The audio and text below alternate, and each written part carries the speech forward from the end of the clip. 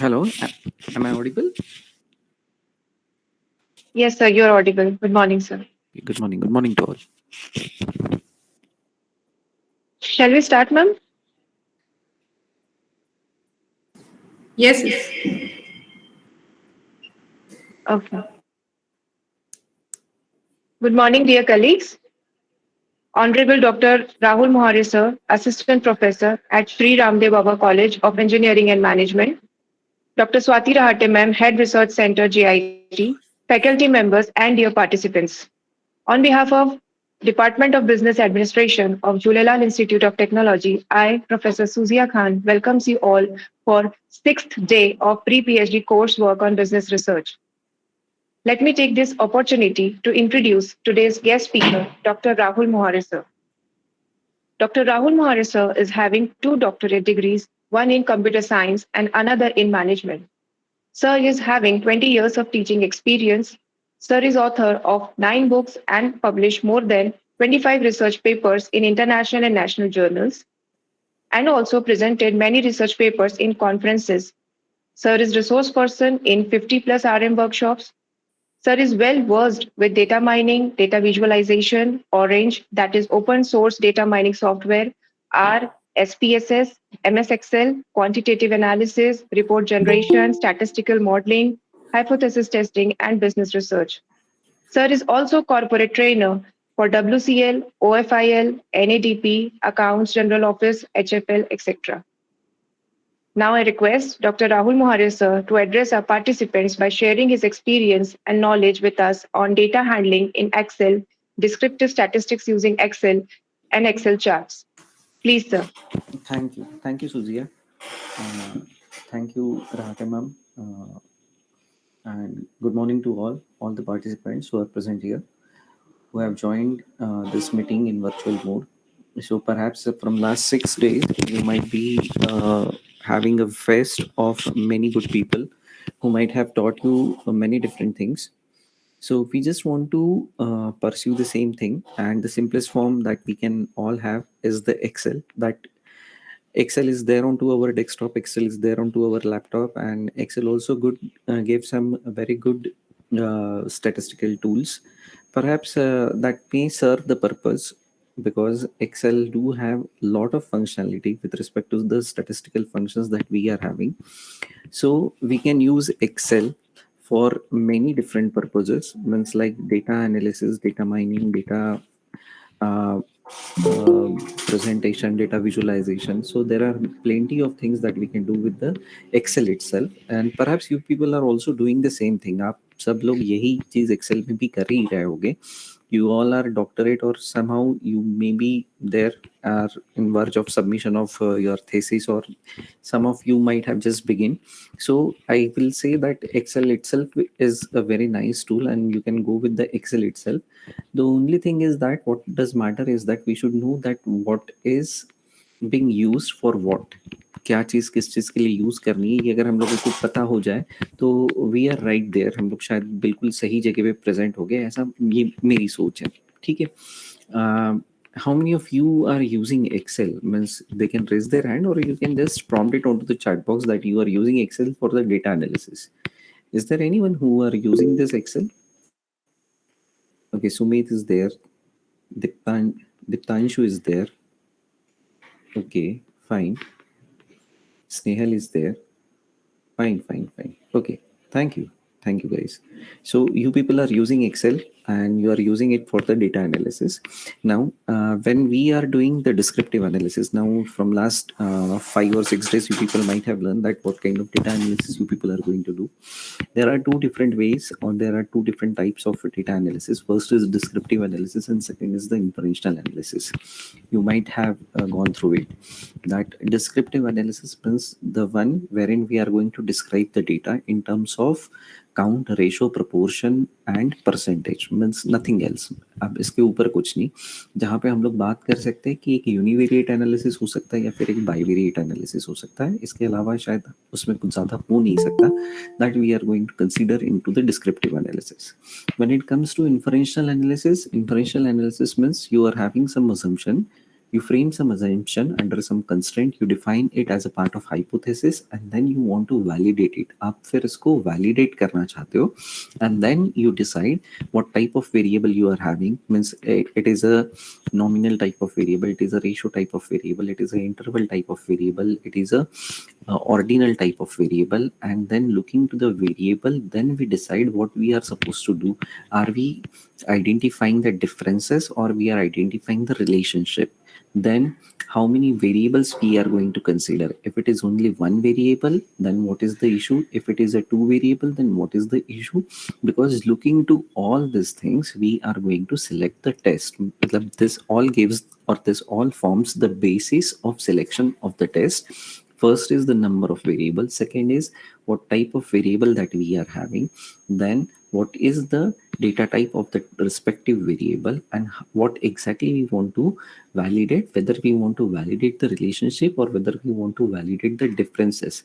So this all goes if we are dealing with the quantitative data. When it comes to qualitative data, the test would be different or the values would be different. So everything has been already defined. ये सारी चीजें पहले से ही define करके रखी हुई है कि हम लोगों को क्या बताना है या फिर कैसे उसको यूज करना है.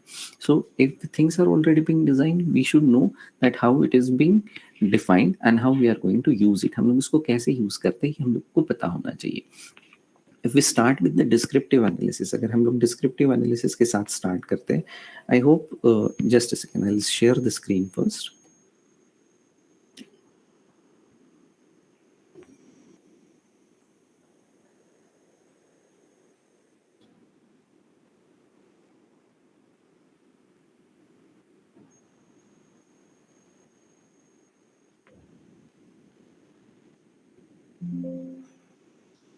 Just a second. Okay, I hope the screen is visible. Can anyone confirm the screen is visible? Yes, sir, it is visible. Yes, sir. Okay, fine. So in Excel, if we are doing descriptive analysis, तो यार हम लोग क्या कर सकते हैं, हम लोग डिफरेंट टाइप ऑफ चार्ट्स बना सकते हैं, डिफरेंट टाइप ऑफ चार्ट्स बना सकते हैं, because we want to describe the culture of the data. We want to describe the findings that we have observed with respect to the data and how we are going to do it. हम लोग इसको कैसे कर सकते हैं. तो हम लोगों को सबसे पहले तो यही सवाल अपने से पूछना है, what would you like to show, what do you want to show? Because if we want to show the comparison, then the set of charts are different. If we want to say the distribution, then the number of charts are different. If you want to present the composition, then the different charts are there. If you want to depict the relationship, then the number of charts are different. So if we are going to show the comparison, then you ask that what type of comparison you want to show. If it is among the items, means if two items are there or two three more items are there, then you want to show, then you want to ask yourself that two variables per item, then you can go with this kind of column chart. आप column chart तब select कीजिए. If you are having many categories, then you can have a table or a table of embedded chart, means that is also there into Excel. Then if you are having few categories, means थोड़ी दो चार पांच ही categories हम लोगों के पास होगी, then you can go with the bar chart or column chart. Means anything which you are going to present it in the terms of chart itself, तो वो यार सेल्फ एक्सप्लेनेटरी हो. सेल्फ एक्सप्लेनेटरी मतलब वो समझ में आ जाए, फर्स्ट थिंग. सेकंड इज वो बल्कि ना हो, बल्कि हो जाएगा तो समझने के लिए दिक्कत हो जाएगी कि what exactly we are looking for, हम लोग क्या देखना चाहते हैं या कौन सी इंफॉर्मेशन का वेटेज ज्यादा है, कौन सी इंफॉर्मेशन हम लोग इसमें से रिट्रीव करना चाहते हैं. क्योंकि प्रेजेंटर ने तो इतना बल्कि कुछ दे के रखा हुआ है कि हम लोगों को समझ में ही नहीं आ रहा है कि यार इसमें से क्या रिट्रीव करना चाहिए. So why whenever you are dealing with the data or you are presenting the data, present it in a very simplest form, in a way so that it becomes a self-explanatory kind of thing. Okay, so if it is among items, you are having four different ways to present the data. Now if it is over the time, when if you are dealing with the time frame data means like you are collecting the data over a period of 12 months, 12 years, 5 years, or 5 days, or 31 days, whatever it be. Means if it is a time period data, then you can have four different ways to present it. Means either you can have a cyclical data, then you can have the radar chart. आपके पास radar chart हो सकता है. If you are having non cyclical data, then you can go with the line chart. If you are having a single or few categories and that is very less, बहुत छोटी categories होगी या फिर कम categories होगी, तो you can go with the column and line chart. तब आप लोग शायद column chart या फिर line chart के साथ भी बना सकते हो. So this is with respect to the comparison. ये होता है comparison means when you are having two different things to compare. मतलब एक XYZ company एक ABC company and you are going to compare them. आप लोग उसके साथ compare करना चाहते हो, then you can have this kind of things. If you want to show the distribution कब show करेंगे कि यार एक particular data हम लोगों के पास है, आपने data collect कर लिया है, you have collected the data age wise, you have collected the data income group wise, you have collected the data education wise. So if you want to show the distribution, then you can go with this particular set of chart. That is, you can go with the column histogram, you can go with the line histogram, you can go with the scatter chart, you can go with the 3D area chart. So if a single variable is there, मतलब age ही है जिसको मुझे show करना है कि कौन सी category में data आपके पास आता है. Let us consider that you are having the data which is dealing with the different types of generation, X generation, Y generation, Z generation, alpha generation, millennials, baby boomers. इस type का data हम लोगों के पास है. Single variable है और आपको simple उसको शो करना है कि डिस्ट्रीब्यूशन कितना है आपके पूरे कलेक्टिव सैंपल में. मतलब जितना आपने क्वेश्चनियर फ्लोट किया, डेटा कलेक्ट करने के बाद अगर कोई पूछता है कि यार आपके सैंपल में डिस्ट्रीब्यूशन कैसा है, मतलब ऐसा तो नहीं कि कोई एक ही पर्टिकुलर कैटेगरी आपके पूरे सर्वे को या आपकी पूरी स्टडी को डोमिनेट कर रही है. अगर मैंने इंफॉर्मेशन क्वेश्चनियर मेरा फ्लोट हुआ, मैंने 500 लोगों को क्वेश्चनियर फ्लोट कर दिया और 500 लोगों को क्वेश्चनियर फ्लोट करने के बाद मुझे एक पता चला कि यार जनरेशन एक्स ही पूरा डोमिनेट कर रही है. 500 में से 400 लोग ही जनरेशन एक्स को बिलोंग करने वाले होंगे, तो मेरा स्टडी अनबायस्ड है ऐसा बोल नहीं पाऊंगा. क्यों नहीं बोल पाऊंगा?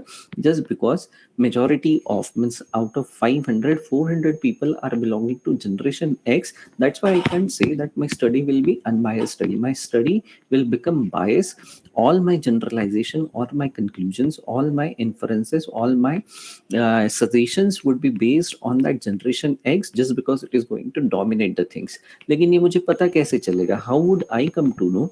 I can come to know if I am going to build the histogram. अगर मैं इसको histogram बना लेता हूँ तो मुझे पता चलेगा कि फ्रीक्वेंसी डिस्ट्रीब्यूशन कैसे हुआ है.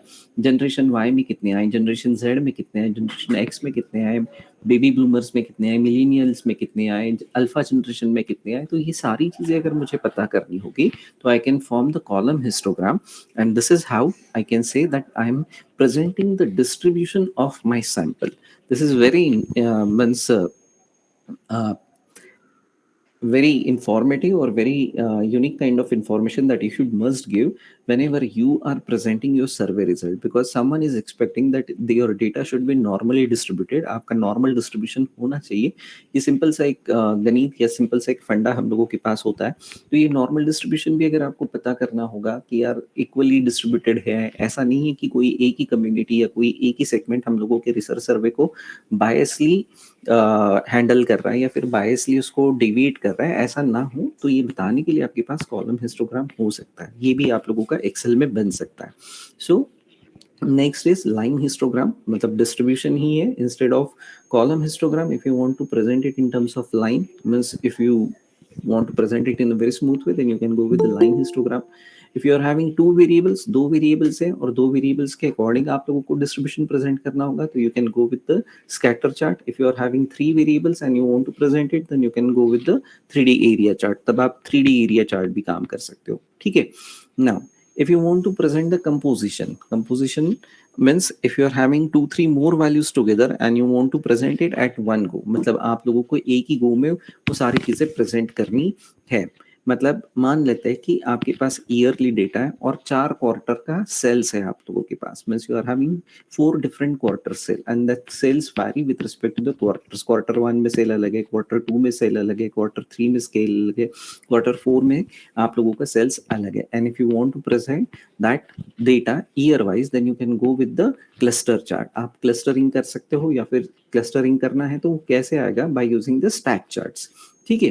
तो कंपोजिशन अगर स्टैटिक है और चेंजिंग ओवर टाइम है, so when a time period is there, आपके पास जैसे ही time period आ गया, you can check if the periods are few, बहुत छोटे periods हो गए, मतलब सिर्फ 5 साल का ही डेटा हम लोगों के पास है या फिर 5 महीने का ही डेटा हम लोगों के पास है, you can go with the stack chart. आप लोग stack chart या stack column chart के साथ जा सकते हो.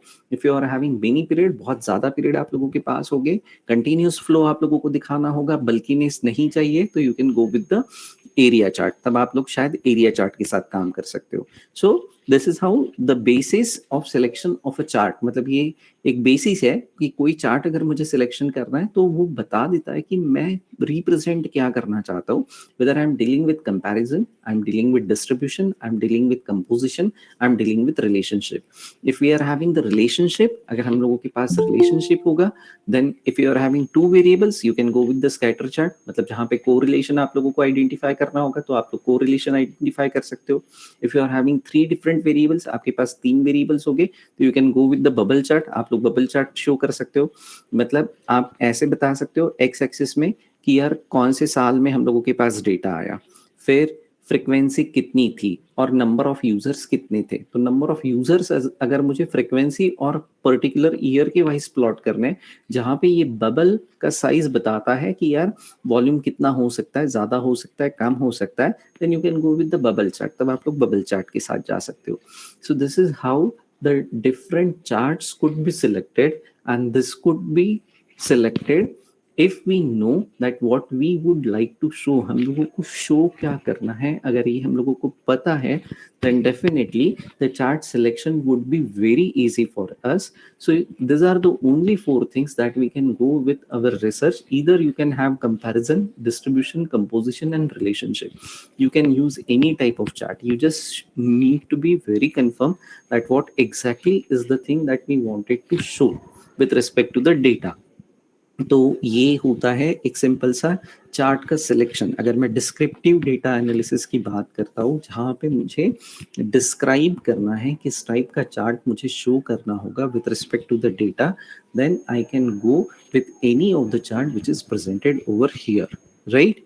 सो before we go ahead, if you have any question, you can please ask.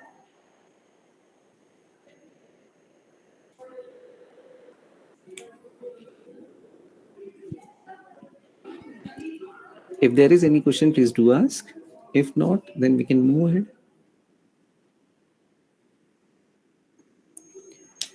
Perhaps no question means 2 things can happen. Either the instructor is very good, or second is the participants are very wise. दो में से कोई एक ही चीज हो सकती है. दोनों भी हो सकती है. People are also wise, and I'm teaching little good. This is what I can say. कि यार मतलब सवाल ही नहीं आया कोई, तो मतलब मैंने थोड़ा बहुत कुछ अच्छा कर लिया होगा. Okay, if you have any question, then please do ask or put it into chat box. If not, then we'll move ahead. Okay, perhaps no question means we should move ahead. That gives me a signal that we should go ahead. Okay, now let us consider a very simple things. हम लोग बहुत simple चीजों से start करते हैं. आप सबको ये आता ही होगा, मतलब you people all know these things. Now let us consider that we are having a simple table in a sense. We are having year, sales, and profit. This is a simple data that we are having, and what we can do, we want to plot a graph of sales and profit. I'm using Excel 2019. Means if your Excel version and my Excel version are different, then the shortcuts or other things may vary. So I'm just putting that thing as a part of information that the Excel that I'm using is a simple 2019 Excel. Okay, so this is a very simple chart or very simple data that we are having. This is year, then sales and profit, very simple data, and we want to plot a graph. So the very simple thing is what? Select the entire thing, go to the insert tab, and then select the chart that you want to plot. This is one thing that you can go with. Or if you are hardcore keyboard user, then you can have Alt F1. This will give you the chart. So I have just pressed Alt F1 and this has given me the chart. ये chart मुझे मिल गया है. This is the simple shortcut. Pressing Alt F1 will give you the chart. Okay, so when we select entire thing and the chart is being plotted, you can see that whatever be the data that is available, everything is being plotted. सारी की सारी चीजें plot हो गई है. Means even the year is being plotted. ये year भी जो है ये भी plot हो चुका है. And if you could see the axis label अगर हम लोग देखते हैं तो axis label में हम लोगों के पास आ जाता है 1 to up to 11. So we don't require year. And there is very simple beautiful thing that you could notice. You select anything into the chart. मतलब इस chart में हम लोगों को जब Alter F1 करके chart हम लोग draw कर लेते हैं तो by default it will always be a bar chart. वो हमेशा एक bar chart ही रहेगा, sorry column chart रहेगा. Then you select anything and you will notice that particular data will get selected. So if I select this value, then this column will get selected. If I select this value, then this column will get selected. So we doesn't require year. We can drop that year and you could find the data here. Now, if you want to change the label, just select it, press select data, right click करके select data press किया, you just say edit and you select the year range. आप year range select कर लीजिए and then you will have that year and this is the simple value. If you want to change the layout of this, then you can already have the quick layout template. You select anything and you will have the things accordingly. मतलब आपको जो भी चाहिए वो आप लोगों को यहाँ पे मिल जाता है. The quick layout is already been given and it will aid us in a way that we want to. मतलब simple way से if you want to go with the aesthetics then the format chart area is already there. You can format that. आप उसको भी format कर सकते हो. If you don't want this then you can delete this. आप इसको भी delete कर सकते हो.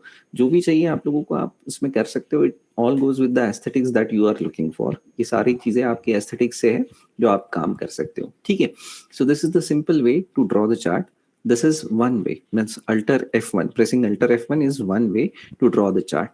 If we select entire thing and you press F11, then also it will draw the chart. But it will draw the chart. एक second.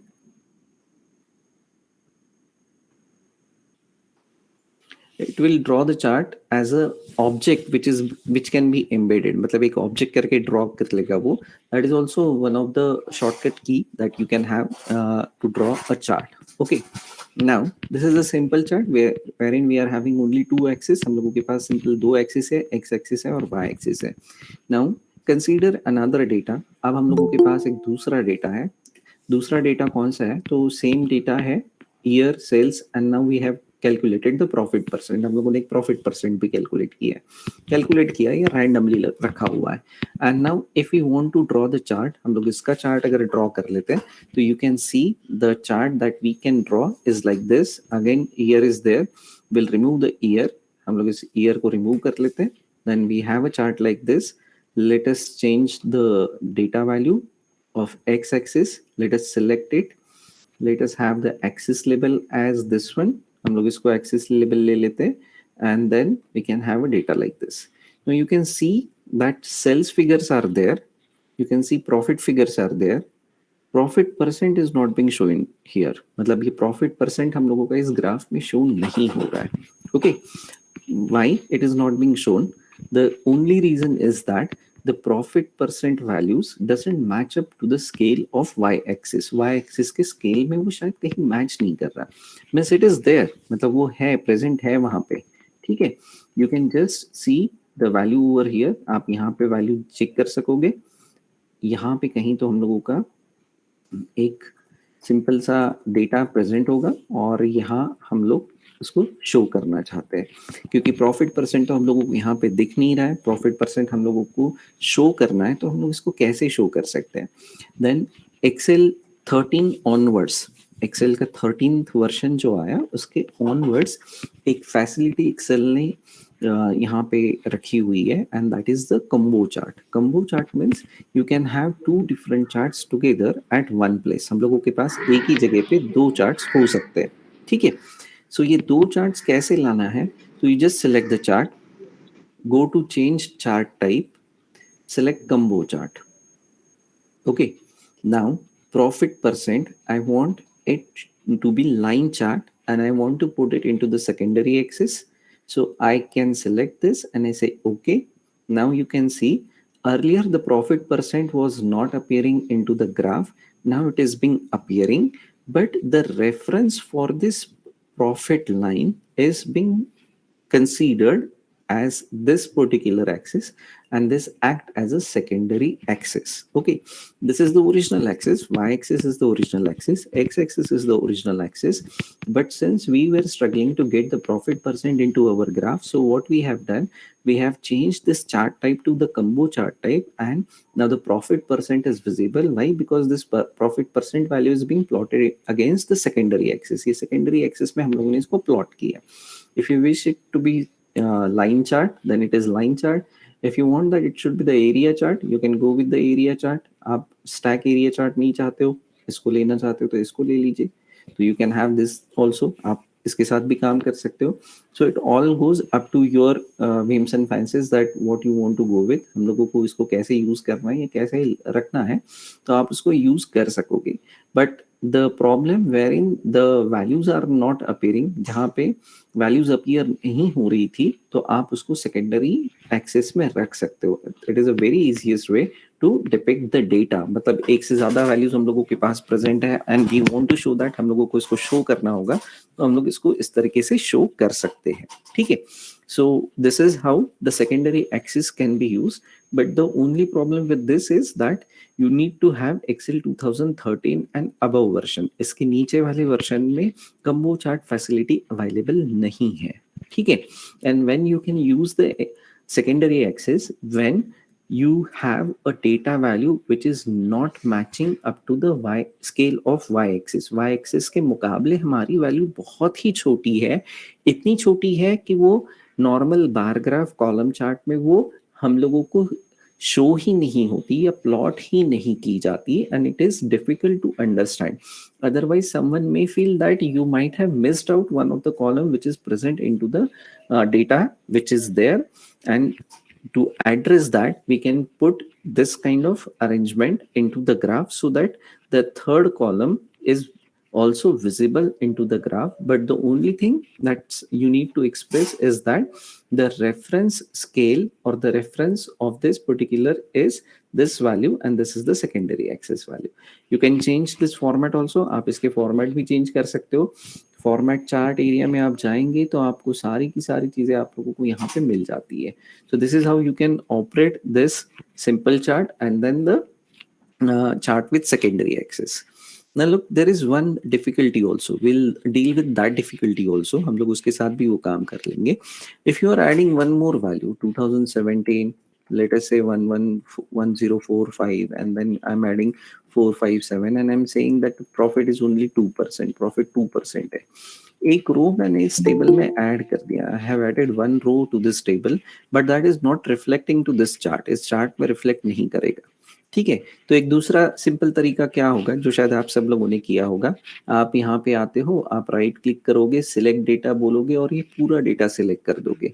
But every time it may not be possible. हर बार ये सारी exercise बार बार करना possible नहीं होगा. That what we can do, हम लोग इसको कैसे कर सकते हैं, that we are going to learn. हम लोग इसको लर्न करेंगे, बट वील मूव फर्दर. मतलब आगे चल के जब हम लोग जा रहे हैं तो उसमें लर्न करेंगे ही करेंगे. ठीक है. Meanwhile, ये जो बताया ये समझ में आया है या फिर if you need some more explanation on this, I'll explain it more.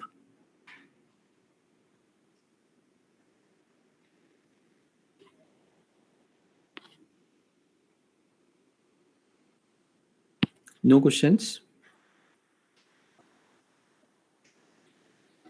Okay, there is nothing onto message box.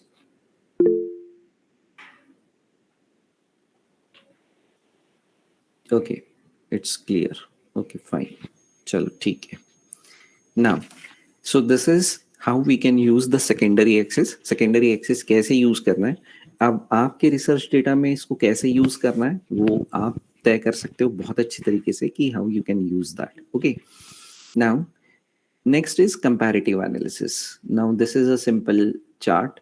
मतलब दो चीजें हैं, दो वैल्यूज है, दो अलग अलग चीजें हैं जिसको आपको कंपेयर करना है. You can have comparison. मतलब ये डोमिनोज का होगा, ये शायद पिज्जा हट का होगा. आपके पास अलग पैरामीटर्स है, मतलब वैल्यू फॉर सर्विस है, कन्वीनियंस है, या फिर वैरायटी है, हाइजीन है. ऐसे बहुत सारे अलग अलग पैरामीटर्स पे आपने ले लिया and you want to compare the things together.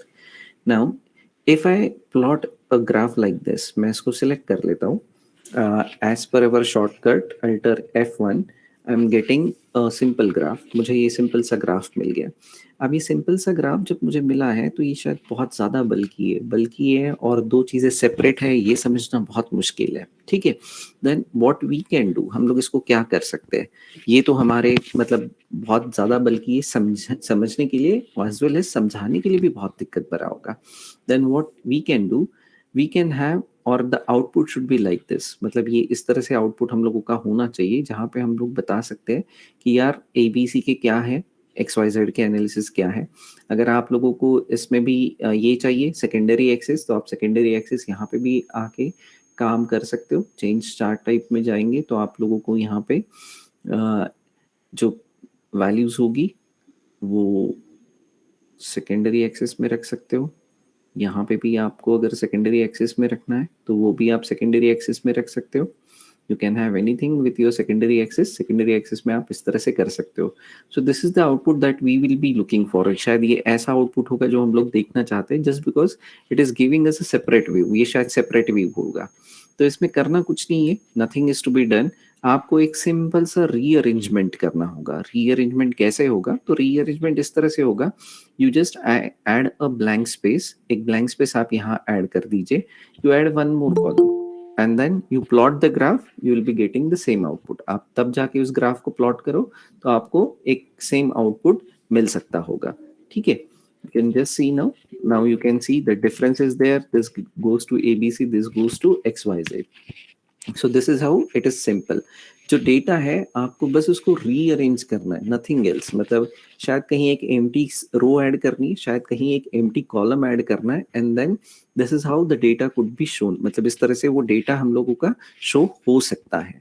तो डेटा हमारे पास होता ही है, हम लोग जब उसको प्लॉट करना चाहते हैं तो थोड़ा स्ट्रगल होगा. थोड़ा स्ट्रगल इसलिए होगा because we are not looking the data in the way that we want to. मतलब वो डेटा हम लोग देख ही नहीं रहे जिस तरह से हम लोगों को उसको शो करना है.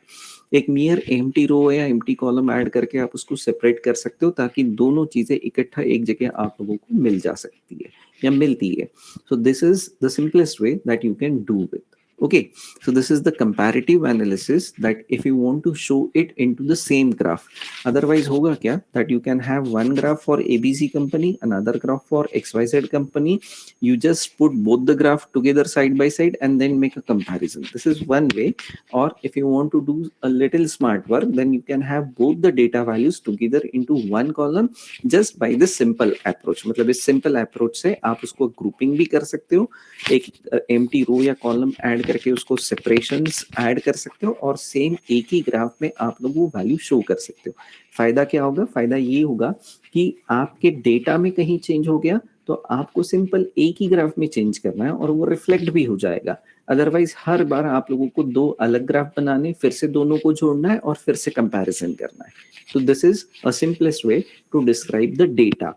Okay, the next thing that I was talking about कि यार हम लोगों के पास अगर चार्ट बढ़ाना है या वैल्यूज बढ़नी है तो हम लोग इसको कैसे प्लॉट करते हैं. ठीक है, so this was the actual graph जो हम लोग पहले भी यूज कर चुके हैं. अब इसमें से हम लोग इसको हटा देते हैं, इसको सिलेक्ट डेटा करके इसके ईयर चेंज कर लेते हैं. Let us change the year. ये ईयर आ जाएगा यहाँ पे. Then let us change the chart type. Chart type change कर दिया, कंबो सिलेक्ट कर दिया, इसको सेकेंडरी एक्सिस बना दिया तो हम लोगों के पास ये भी आ गया. नाउ प्रॉब्लम क्या था हमारा, प्रॉब्लम ये था कि यार एक नई डेटा वैल्यू ऐड हो गई है तो ग्राफ में मैं कैसे उसको इनकॉर्पोरेट कर सकता हूँ. ठीक है, so what we need to do first, हम लोगों को एक चीज एक्सेल में जो पहले समझनी है वो ये, there is a difference of two things. First, when we enter the data, हम लोग जब भी डेटा एंटर कर रहे हैं तो this entire thing will be treated as a range. इसको हम लोग कहते हैं range. There is one more thing which is there into Excel and that is table. उसको हम लोग कहते हैं टेबल. सो टेबल के साथ जितनी भी चीजें या जितने भी ऑब्जेक्ट्स एक्सेल में एसोसिएटेड होंगे, it will make reflection directly if you are going to change the table values. आपने table values में जरा सा भी change कर दिया तो same reflection at the same moment could be seen into the graph. Okay, now look, if I'm changing this to 731 है, यहाँ पे 731 है, 731 का मैं 800 कर देता हूँ, इमीडिएट रिफ्लेक्शन मुझे मिल जाएगा, ठीक है. लेकिन अगर मैं 2017 ऐड करता हूँ, 100 ऐड करता हूँ, 500 ऐड करता हूँ, तो ये इमीडिएट रिफ्लेक्शन मुझे यहाँ पे नहीं मिल रहा है. क्यों नहीं मिल रहा है? Because this is nothing to do with the structure of the range. मतलब ये रेंज के स्ट्रक्चर के साथ या फिर इसके साथ इसका कोई लेना देना नहीं है. Means if you keep adding every time a new row, every time you will need to rebuild the graph again and again. हर बार आप लोगों को ये ग्राफ नया बनाना पड़ेगा.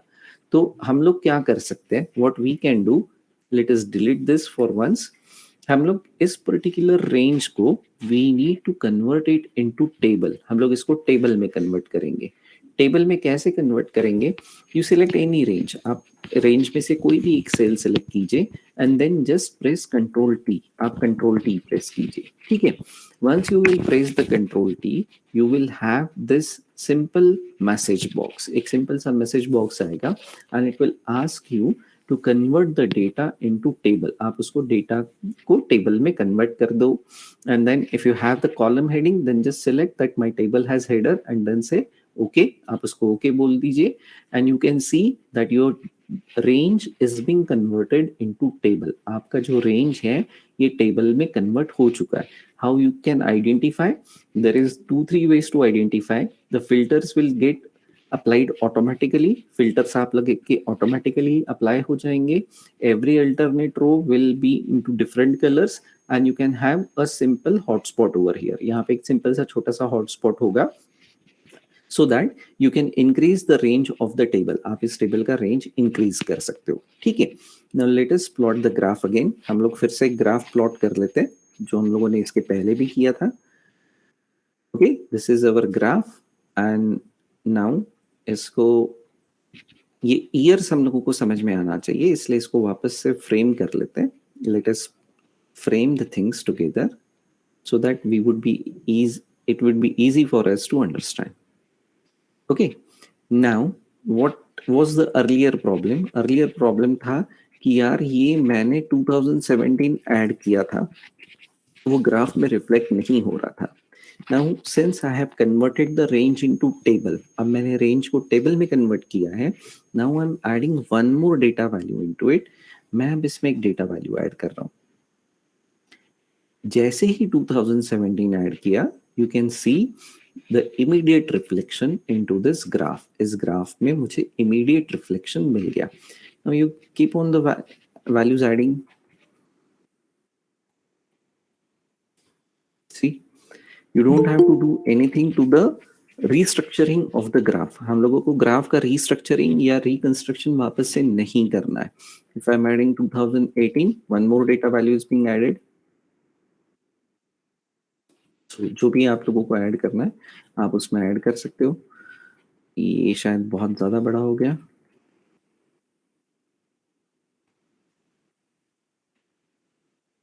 So this is how the restructuring could be done. So if my simple suggestion means humble suggestion rather, if you are dealing with the data into Excel, you just try to convert that data into table. आप उसको table में convert कर दीजिए. Reason being कि आप जो भी reflection उसके associated objects में देखना चाहते हो, समटाइम इट में हैपन कि यार डेटा अलग है, ग्राफ अलग है और वो रिफ्लेक्शन हम लोगों को पता ही नहीं कि उसमें हो रहे या नहीं हो रहे. At times, since we are busy with some other things or many other different things, we may forget to cross check it again and again कि यार इसमें तो चेंज किया था, ग्राफ में चेंज किया है या नहीं, याद नहीं आ रहा है. तो if you just want to means get rid of all this things, so the simplest approach is to convert the range into table and then operate, just because whatever changes you are going to make to the structure of the table or to the data of the table, it will get immediately reflected to the associated objects. जितने भी associated objects होंगे, हर उस associated object में आप लोगों को वो reflection तुरंत मिल जाता है. You can get the reflection immediate there only. So this is how the simplest way to identify the data and to present the data. Chart आपको जो चाहिए वो आपके हिसाब से आप सिलेक्ट कर सकते हो। और इसके पहले मतलब जो शुरुआत ही हमारी हुई थी वो शुरुआत ही हम लोगों की हुई थी कि हम लोगों को किस टाइप का चार्ट शो करना है, कंपोजिशन है, रिलेशनशिप है, डिफरेंशिएशन है, टाइम पीरियड के साथ शो करना है, किस टाइप का डेटा या किस टाइप का चार्ट हम लोगों ने सिलेक्ट करना चाहिए वो हम लोगों को पता होना चाहिए। सो if you are dealing at all with the data, a simple suggestion is convert the range into the table।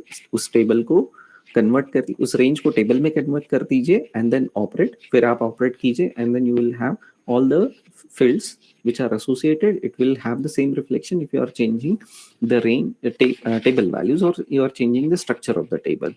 So this is how the dynamic thing is there. The next one is trend line। ठीक है, पहले तो delete कर देते हैं और फिर इसको ऐड करते हैं। I am deleting this, also I am deleting this, इसको भी डिलीट कर लेते हैं। Okay, now trend line. Before we go, ये समझ में आया है या you need more explanation into this?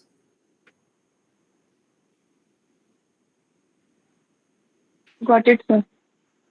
Okay, fine. So okay, fine. So next is trend line. If you are dealing with the data wherein you want to see that what kind of trend you are having, means the trend is inclining or trend is declining, and if you want to go with the predictive modeling, अगर आप लोगों को predictive modeling करना होगा, dependent variable की value predict करनी होगी by virtue of independent variable, दो ही वेरिएबल के साथ काम कर रहे हो, रिलेशन लीनियर रिलेशनशिप आपने ऑब्जर्व की है या आइडेंटिफाई की है, ये शायद आपने इसके पहले वाले सारे सेशंस में लर्न किया है, तो हम लोग उस पर ज़्यादा स्ट्रेस नहीं करेंगे। Will not be stressing much on to that. बस अगर वो ट्रेंड हम लोगों को समझ में हो आना होगा या लाना होगा तो हम लोग उसको कैसे समझ सकते हैं। तो ये ग्राफ हम लोग प्लॉट करते हैं। This is very easy to plot the graph. And now perhaps in last 40 minutes we came to know how to plot the graph. It's very easy. So how to plot the trend line? It's quite very easy. You just right click on the column that you have selected and just you can see a menu is there and that menu is add trend line। आप इसको select कर दीजिए, एक trend line add हो जाएगी। जैसे ही trend line add हो जाएगी आप लोगों को एक नया मेन्यू मिल जाएगा। This all deals with the trend line option. You can have exponential, linear, then logarithmic, polynomial, power, moving average. So this all deals with the requirement of your own data values. आपका जो भी problem statement होगा या फिर आपकी जो assumptions हो गए, जो कंस्ट्रेंट्स हो गए, जिस पर्टिकुलर प्रॉब्लम एरिया को आपको एड्रेस करना होगा उस पर डिपेंड करेगा कि आपने कौन सा ट्रेंड लाइन ऑप्शन सिलेक्ट करना है। Since here we are having only 2 variables, हम लोगों के पास 2 ही वेरिएबल्स हैं और वो 2 वेरिएबल्स कौन से, पहला तो ईयर है और दूसरा हम लोगों के पास शायद है इधर you can go with sales और प्रॉफिट परसेंट। आप लीनियर एक का एक के साथ आप लोग कनेक्शन फॉर्म कर सकते हो। So why it is a linear. ठीक है, अब linear scales automatic custom. So here we are dealing with the automatic one. यहाँ पे आपके पास 2 चीजें हैं जो आप यूज कर सकोगे। First is display equation on chart. This is the equation that is being displayed and display R square value on the chart. Okay, let me bold it. मैं इसको बोल्ड कर देता हूँ।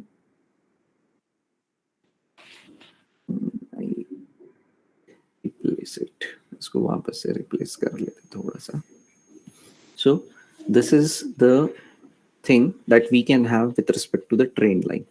If you could see that the direction of trend line, तो आप ये बता सकते हो कि over the period of time the sales is being increasing। मतलब sales का जो inclination है, या फिर अगर मैं sales समझना चाहता हूँ then the sales is increasing। The trend says that the sales on an average it is increasing। Okay, now since this is a linear trend, हम लोगों ने linear लिया हुआ है। linear मतलब अब एक लीनियर इक्वेशन फॉर्म हो जाता है। लीनियर इक्वेशन यहाँ पे इस ट्रेंड लाइन का इक्वेशन हम लोगों के पास मिलेगा। ये ट्रेंड लाइन का इक्वेशन क्या मिला है? This trend line equation is y equals to 9.1364x plus 9.36। इसका मीनिंग ये होगा कि अगर मैं कोई x की वैल्यू इसमें एंटर करता हूँ तो मुझे y कितना होगा ये मुझे यहाँ पे पता चल सकता है. Means what would be the value of Y I can easily assess. मैं value of Y easily assess कर सकता हूँ. अगर मैंने ये पूछ लिया आप लोगों को यार 13th ईयर का ट्रेंड क्या होगा, इसके बाद जो वैल्यू आने वाली है उसका ट्रेंड क्या होगा, तो वो आप यहाँ पे रख सकते हो. x equal to 13 into 9 point so and so plus this value, then you could be easily figure out what could be the value of y. Okay, now what this r square is the coefficient of determination. ठीक है, आपने coefficient of correlation learn किया होगा इसके पहले. ठीक है, मतलब इसके पहले के 5-6 दिन में आपने कोएफिशिएंट ऑफ कोरिलेशन लर्न किया होगा. मैं पूछूंगा नहीं क्या होता है, you just tell me whether the things have been discussed or not. Coefficient of correlation discuss हुआ है क्या इसके पहले? और perhaps you people may be knowing it. यार आपको पता होगा ही. नहीं, कोई नहीं बोलता. चलो कोई बात नहीं. Okay, coefficient of correlation which identify the strength of relationship among two variables. दो वेरिएबल्स कौन से? तो शायद कॉज एंड इफेक्ट वेरिएबल हो सकता है, शायद डिपेंडेंट इंडिपेंडेंट वेरिएबल हो सकता है. तो ऐसे दो वेरिएबल्स हैं. इन दो वेरिएबल्स के बीच में अगर कोई रिलेशनशिप है तो उसका स्ट्रेंथ ऑफ रिलेशनशिप क्या है, ये जहाँ पे आइडेंटिफाई होता है, that is the correlation coefficient. It is denoted by capital R or small r. At many times it may be denoted by small r. It ranges from -1 to +1. वो range कहाँ से कहाँ तक करता है? तो वो रेंज करता है -1 से लेके +1 के बीच में. And this will be the correlation coefficient. Negative value है तो यार दोनों वेरिएबल्स अपोजिट डायरेक्शन में मूव कर रहे हैं. Means one is moving upward and other is moving exactly opposite. If the correlation coefficient is positive, it means that both the variables are unidirectional, means both are moving upward and both are moving downward. Sensex की value बढ़ रही है, gold price भी बढ़ते जा रहा है. If Sensex is increasing and gold price is also increasing, then I can say that they share the positive correlation. Why? Because they are moving into the same direction. And if like हम लोगों के पास ऐसा है कि market में चले जाते हैं हम लोग, यार 8 रुपए पाव सब्जी है, 15 की आधा किलो मिल जाएगी और किलो भर लेंगे तो 25 रुपए की मिलेगी. तो जैसे जैसे क्वांटिटी में बढ़ाते जा रहा हूँ मेरी प्राइस कम होते जा रही है. तो this movement is into opposite direction. Means quantity is increasing and price is decreasing. So if they are moving into the opposite direction, it becomes negative correlation. So your R would be negative. Now what next is R square, that is called as coefficient of determination. Coefficient of determination क्या होता है? Coefficient of determination होता है percentage of variation. Means इसको आप 100 से multiply करोगे, this becomes 4.38 something. Percentage of variation to be explained into dependent variable by virtue of independent variable. Dependent variable का जो वेरिएशन होगा वो कितने परसेंट में एक्सप्लेन कर पाऊंगा? तो सिर्फ 4%. Highest the value is best. जितनी हाईएस्ट वैल्यू होगी उतना बेस्ट है. मतलब आपका मॉडल उतना एक्यूरेट होगा, एक्यूरेट प्रेडिक्शन आपके पास होगा. रिग्रेशन में आप क्यों जाते हो? Why you want to go with the regression? Because you want to go with the prediction. मतलब कोरिलेशन प्लस प्रेडिक्शन अगर मैं बोल दूं तो this becomes the regression. Why? Because you are going to predict the value of a dependent variable by virtue of a dependent variable. Question will become then how accurate it would be. वो कितना accurate हो सकता है. तो accuracy उस पर depend करेगी कि आर स्क्वायर की वैल्यू क्या हो सकती है कोएफिशिएंट ऑफ डिटरमिनेशन की. अगर coefficient of determination R square की वैल्यू जितनी ज्यादा है, the one which is maximum, it means that the variation is explained by the independent variable. So why the dependability would be more. So whenever we are dealing with the regression value, you should must check what is the value of this r square. Because if the value of r square is more, it means that your model have the maximum accuracy. आपका model बहुत ज़्यादा accurate है, ये आप बता सकोगे. You can say that your model is more accurate. So here, if the trend line is like this, though the trend is being inclined, then if someone is asking to predict you the trend for the 13th year, तो x की value 13 रख दोगे, आप value calculate कर लोगे.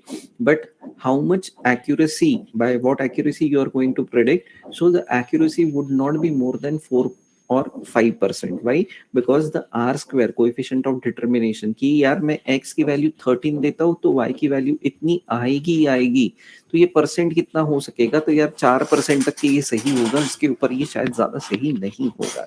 So that is how the coefficient of determination could be interpreted. In a way, matlab in a statistical term, what is being written there into the literature, they have mentioned it in a way that the percentage of variation that could be explained in the dependent variable by virtue of the independent variable. This is the statistical term or statistical inference that they have mentioned into the literature. In a general way, you can interpret it in this way, that how this regression equation could be used for. Okay, so this is about the trend line. तो ये जो है ये trend line है. This is the slope and this is the intercept. This intercept means 9.53 956.36. तो इसका meaning क्या होता है, ये हमेशा ध्यान में रखना है. ये बहुत सिंपल सी चीज है, ये कोई आपको बेवकूफ नहीं बना पाएगा, या आप भी स्टूडेंट हो, आप टीचर हो, तो आपको भी समझ में आ ही जाएगा. This is the height at which the line cuts the Y axis. If I extend this line, अगर मैं इस लाइन को एक्सटेंड कर देता हूँ, बहुत थोड़ा सा लंबा कर देता हूँ, और मैं बोलता हूँ कि यार इसको वाई एक्सिस को कट करने दो, तो एक ऐसी हाइट जहां पे ये लाइन वाई एक्सिस को कट करती है, ये आप लोगों का बन जाता है intercept. This is the constant. Constant मतलब जब मैं यहाँ पे x इक्वल्स टू 0 भी रख देता हूँ, if I put x equals to 0 over here, this value will get assign to y. मतलब x में मूवमेंट भी नहीं हुआ, तब भी y में आपके पास ये वैल्यू हुई. इसका मीनिंग होगा this is the constant which is not explained by the regression model, and it will always be there for the any value of x. Irrespective of value of x, this particular value will always be there, and it will get added to the value of y, and this constant is not to be explained by the regression model. ये regression model का ये काम नहीं है कि ये constant कैसे आया इसको explain करें. Nothing, it's not like that. Okay, so this is, दो द फॉर्मूला इज देयर, मतलब आपको ए का भी कैलकुलेशन मिलता है, स्लोप बी का भी कैलकुलेशन मिलता है, जो इंटरसेप्ट है उसका भी फॉर्मूला है, लेकिन ये वेरिएशन कांस्टेंट रहेगा. इस कांस्टेंट वेरिएशन को कम ज्यादा हम लोग नहीं कर सकेंगे, means will not be manipulating with this constant. This is a simple thing that we need to remember with respect to the regression. तो जब रिग्रेशन आपने पढ़ा है, तो कोई कोरिलेशन के बाद जब आपने रिग्रेशन पढ़ा होगा, तो ये ट्रेंड लाइन जब आप ग्राफ में ऐड करोगे पता करने के लिए कि एक पर्टिकुलर वेरिएबल का मूवमेंट कैसे हो रहा है, तो आप वहां पे ट्रेंड लाइन ऐड करके पता कर सकते हो. सिंपल कॉलम सेलेक्ट करना है, ऐड ट्रेंड लाइन बोलना है. ट्रेंड लाइन जैसे ही ऐड हो जाती है in Excel 2019, you can have this constant. आपके पास ये कांस्टेंट ऐड हो जाते हैं, मतलब it gives you the facility, आपको वो फैसिलिटी मिल जाती है, and you can add those equations. आप लोग वो इक्वेशन भी ऐड करोगे, और उस रिग्रेशन कोएफिशिएंट को भी आप ऐड कर सकते हो. कोएफिशिएंट ऑफ रिग्रेशन या फिर कोएफिशिएंट ऑफ डिटरमिनेशन को ऐड कर सकते हो. So this is how a trend line could be added and could be dealt with. Okay, so on this topic if you have any question please do ask.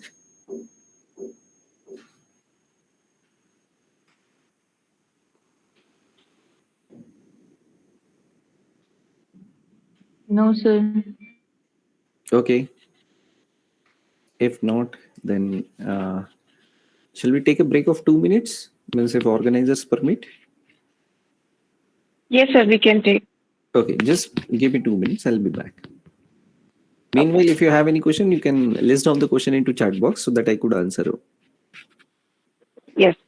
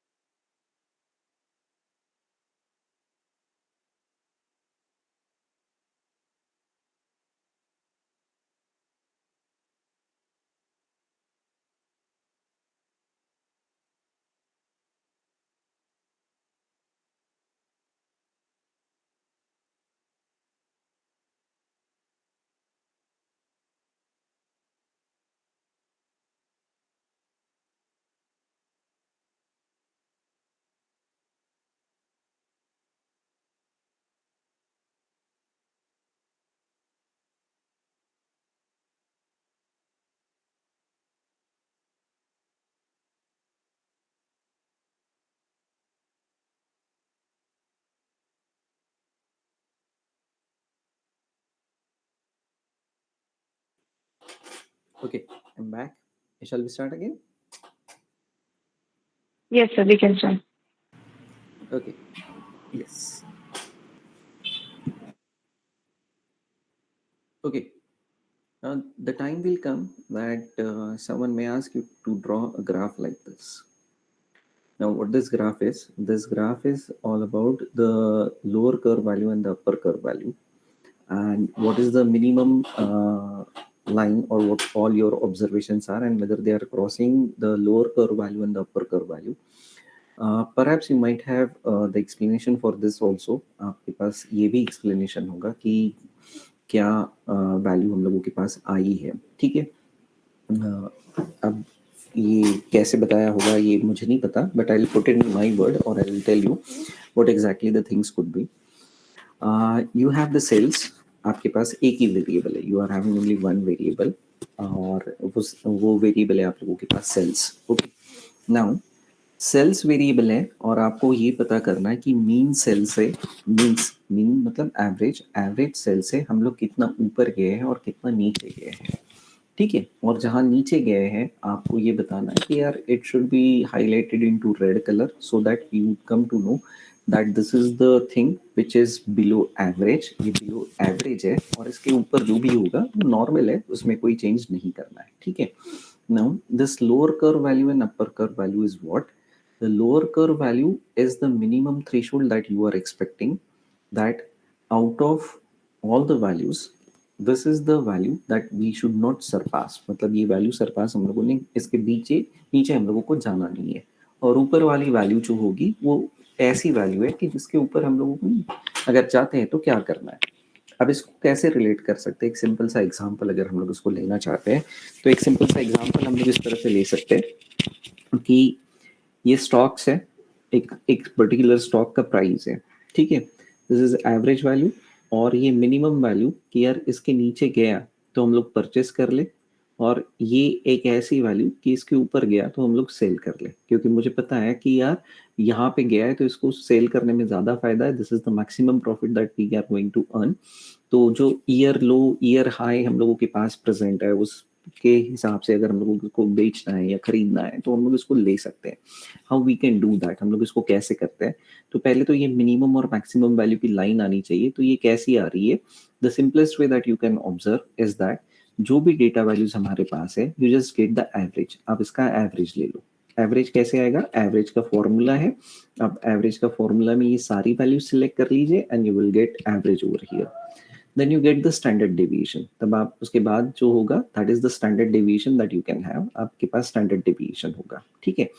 Average की line मतलब ये particular line जो यहाँ पे green colour में plot की गई है, this is the average line which is showing the average. तो every value would be same, सारी की सारी वैल्यू सेम होनी चाहिए। इस वजह से हमने ये जो भी एवरेज है वो सीधा यहाँ पे कॉपी कर लिया so that it will plot the exact horizontal line and which will be parallel to x-axis. So this is the line. Since the exact horizontal line should get plotted, all the values should remain same. सारी की सारी values same होनी चाहिए। इस वजह से हमने इसको 248.83 जो average आया है वो as it is रखा है। The lower curve value, as per the statistical formula, what it is, it should be like mean value minus 2 standard error. मतलब 2 स्टैंडर्ड एरर हम लोगों के पास होता है, क्योंकि अगर वो 2 स्टैंडर्ड एरर हम लोग निकालते हैं तो 2 standard error means 2 sigma plus minus ऊपर नीचे अगर मीन वैल्यू के साथ हम लोग कर रहे हैं तो इसका मीनिंग होता है कि 95% values of the observation we have considered. हम लोगों ने 95% वैल्यूज ऑब्जर्वेशंस की ले चुके हैं, ऐसा उसका मीनिंग होता है। तो ये हम लोग ले सकते हैं। यहाँ पे स्टैंडर्ड डेविएशन हम लोगों का यहाँ पे प्रेजेंट है। सो 1 स्टैंडर्ड डेविएशन की बजाय हमने 2 स्टैंडर्ड डेविएशन ले लिया है, because 2 this is the mean value, 2 standard deviation down and 2 standard deviation up, it almost constitutes 95% of total values of the given observation, जो हम लोगों का नॉर्मल डिस्ट्रीब्यूशन कर्व में भी आता है, जो हम लोगों ने सीखा भी होगा। इसके पहले आप लोगों ने वो सीखा ही होगा कि नॉर्मल डिस्ट्रीब्यूशन कैसे आता है। तो ये भी हम लोगों को एक हॉरिजॉन्टल वैल्यू चाहिए। तो once you have computed that value you just drag it, the same value will appear there. If you could see here, the formula is the arithmetic mean plus 2 standard deviation. So this is the value that we have plotted. Okay, हम लोग इसको अगर निकालना है तो इसको delete कर देते हैं। Let us plot the graph again. हम लोग इस ग्राफ को वापस से प्लॉट कर लेते हैं। Okay, so this is the plot change chart type में चलते हैं, इसको हम लोग लेते हैं लाइन चार्ट बना लेते हैं. This is the line chart that we can have. Okay बोल दिया तो लाइन चार्ट मिल गया हम लोगों को. Since we don't want to put this observation, set of observations कौन से ये हम लोगों को नहीं चाहिए. मैं इसको सिलेक्ट करता हूँ. Let us delete this. हम लोगों ने इसको डिलीट कर दिया and you can see that a line is being plotted. हम लोगों के पास एक लाइन प्लॉट हो चुकी है. ठीक है. If you want to adjust this axis, हम लोग इस एक्सिस को अगर एडजस्ट करना चाहते हैं तो मिनिमम वैल्यू हम लोगों के पास जो है वो है 0. हम लोगों को पता है कि यार 100 के ऊपर जा रही है तो लेट अस मेक इट 100. हम लोग इसको 100 कर लेते हैं and then you can see the axis is like this. Now you want that the only value which is below this line, the average line, should be into red color. मतलब वो red colour में होनी चाहिए. तो हम लोग इसको यहाँ पे इसको ग्रेडियंट लाइन बना देते हैं और ग्रेडियंट लाइन में हम लोग इसका ग्रेडियंट फिक्स कर लेते हैं. ठीक है. Now the one which is up to 50%, मतलब ये पोजीशन आप परसेंट वाइज चेक कर सकते हो कि if it is 50% then this value should appear as red. तो ये red value appear होनी चाहिए. Just a second.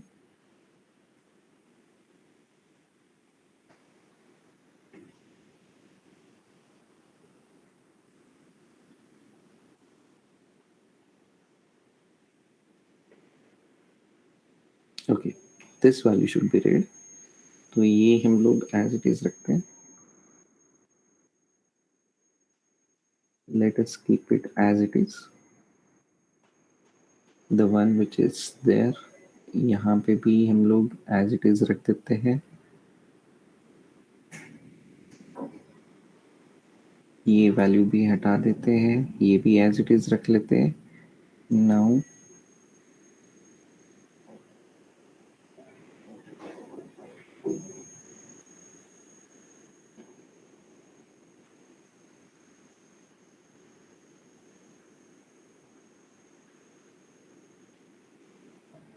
the one which appears here,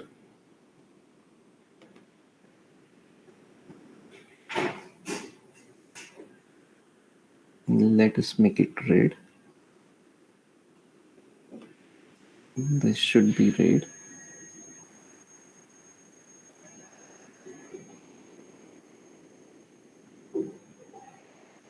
Okay, so you can see the values which are appearing below the mean value. ये mean value के नीचे जितनी भी values आ रही है they are appearing into the red color.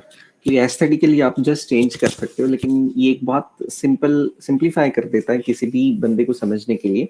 It becomes very easy for understanding that how the things should be plotted. ये कैसे plot किया जाना चाहिए, so that it gives a clear indication that this is the upper value, this is the lower value, this constitutes 95% of confidence, and these are all observation which falls beyond the mean value and wherein you need to take care for. मतलब ये वो सारी values है या फिर इतने दिनों में ये particular value इसके नीचे थी, अब आपको चेक करना है कि आप इसको कैसे डील करना चाहते हो. Means it will help us to make out some kind of business decision. ये मतलब हम लोगों को हेल्प कर लेगा कि कोई बिजनेस डिसीजन कैसे बनाना है. So this is how the descriptive analysis part is there. मतलब जब descriptive analysis करना चाहते हो आप तो इस तरह से आप उसको कर सकते हो. So these are some of the examples that we have shared with. Okay, now let us move to some other type of analysis that in Excel what we can do with. हम लोग Excel के साथ क्या कर सकते हैं. So there are pretty many different things that we can do with the Excel. Now this is the Excel. ये simple सा Excel है हम लोगों के पास. You just need to go to the data tab. आपके पास data tab है. इस data tab में आप जाओगे तो आपके पास एक data analysis tab आएगा. ठीक है. By default, if it is not appearing there, अगर ये यहाँ पे appear नहीं कर रहा होगा तो मीन्स जब भी आप Excel इंस्टॉल करते हो तो by default it won't appear there. वो इंस्टॉल करते वक्त नहीं appear होता. So you just need to click on File, go to Options, then you just need to click on add-ins. आप add-ins पे क्लिक करोगे. ठीक है. Now since I have already been installed, मैंने इसको पहले से ही इंस्टॉल करके रखा हुआ है. एक एनालिसिस टूल पैक करके होगा. This is the analysis tool pack. Since I have already installed, ये मैंने पहले से इंस्टॉल करके रखा हुआ है, तो ये मुझे यहाँ पे अपीयर करके मिल जाएगा. If it is not being installed into your machine, ये अगर आपके मशीन में इंस्टॉल नहीं होगा तो it may appear into this inactive applications adding. तो ये आप लोगों का इनएक्टिव एप्लीकेशन एडिंग्स में आएगा. You can have analysis tool pack और you can have analysis tool pack VBA. आप कोई सा भी सिलेक्ट कीजिए and then you just don't have to say okay, you have to click on to go. आप लोगों को इस group पे क्लिक करना है. If you just click on to go, then it will give you a new property page that what you need to add. आपको क्या क्या ऐड करना है. एनालिसिस टूल पैक है, analysis tool pack VBA, currency tool से solver इन. ठीक है. If you just say okay, it will take hardly 1 minute to get installed. ये 1 मिनट से कम समय में ये आप लोगों का डेटा एनालिसिस टैब यहाँ पे इंस्टॉल हो जाता है. So this is a simple way to add the data analysis tab into Excel. Okay, I'll repeat the process once again. You just click on to file, go to options, then a new property page will appear. Select the add-ins, and in the inactive application, perhaps if you have not installed it, then this may appear into the inactive application tab. You just select this is the Excel add-in. Before clicking OK, you just need to press go, because if you can press the OK, अगर आप OK press कर देते हो तो let us see what is going to happen. I'm selecting add-ins, then I have selected this and I say OK. So nothing is going to happen. You just need to press go for the installation. जब आप go पे click करोगे तो install होगा, otherwise वो install नहीं होगा. Okay. So since I have already been installed, then I have this thing data analysis and it appears into the data tab. ये हमेशा data tab में appear होगा. You just click onto this. आप इस पे click कीजिए. So what output we are having? We are having an output like this, that these are the number of statistical tests which we can perform into Excel. हम लोग Excel में इतनी सारी statistical tests perform कर सकते हैं. It starts with ANOVA single factor, then ANOVA two factor with replication, without replication, then correlation, covariance, descriptive statistic, exponential smoothing, F test, Fourier analysis, histogram, moving average, random number generation, rank and percentile regression, sampling, t-test with 3 varieties, and z-test. So these are the basic statistical tests that we can perform. Thus, if your analysis doesn't go beyond this, इसके बाहर का अगर आप लोगों का analysis नहीं जा रहा होगा तो आपको SPSS R या फिर कोई दूसरे सॉफ्टवेयर तक के जाने की ज़रूरत ही नहीं है. आपका सारा का सारा डेटा एनालिसिस यहीं पे हो सकता है. Unnecessarily you don't just put yourself into uncomfortable situation that you want to learn SPSS or you want to learn R, then only you are going to do analysis. No, that is not a case. You can do it into Excel itself. आप उसको Excel में ही कर सकते हो. The only thing which is here is that your analysis should not go beyond this. मतलब अगर आप qualitative analysis बोल रहे हो तो शायद एक्सेल में पॉसिबल नहीं है. आप बोलोगे कि मैन बिटनी यू टेस्ट लगानी है, विल्कॉक्सन टेस्ट लगाना है या फिर कोई और टेस्ट करना होगा, तो यहाँ पे नहीं होगा. काई स्क्वायर कर सकते हैं लेकिन उसके लिए फॉर्मूला लिखना पड़ेगा, वो डायरेक्टली इस GUI टैब में नहीं आने वाला. So you have some limitation with Excel itself. मतलब वो एक्सेल के भी अपने खुद के लिमिटेशंस है, that what you can do and what you can not do. आप क्या कर सकते हो या क्या नहीं कर सकते हो, इसके लिमिटेशन है. Limitation with respect to Excel भी एक आ जाते हैं, वो ऐसे कि 256 कॉलम्स है और आप लोगों के पास 10 लाख के ऊपर रोज हम लोग ले नहीं सकते. तो if you are having that data restriction, that is also an limitation. वो भी एक लिमिटेशन हम लोगों के पास प्रेजेंट है. To run Excel 2019 you need a 64-bit operating system. This is also an limitation. मतलब आपका ऑपरेटिंग सिस्टम भी 64-bit ऑपरेटिंग सिस्टम होगा. Nowadays from 2013 onwards always 64-bit operating system ही हर जगह मिल रहा है, तो वो भी एक लिमिटेशन आप लोगों का रिमूव हो जाता है. So you just need to think that what data I am having and how you are going to analyse it. हम लोग इसको कैसे एनालाइज करना चाहते हैं या कैसे इसको यूज करना चाहते हो. तो this is the simplest tool that we can use और we can go with the analysis. Let us do one by one. हम लोग एक एक काम करके देखते हैं. Let us have the data first. Let us generate the data x and y. I'll generate the random number first. मैं random number generate कर लेता हूँ.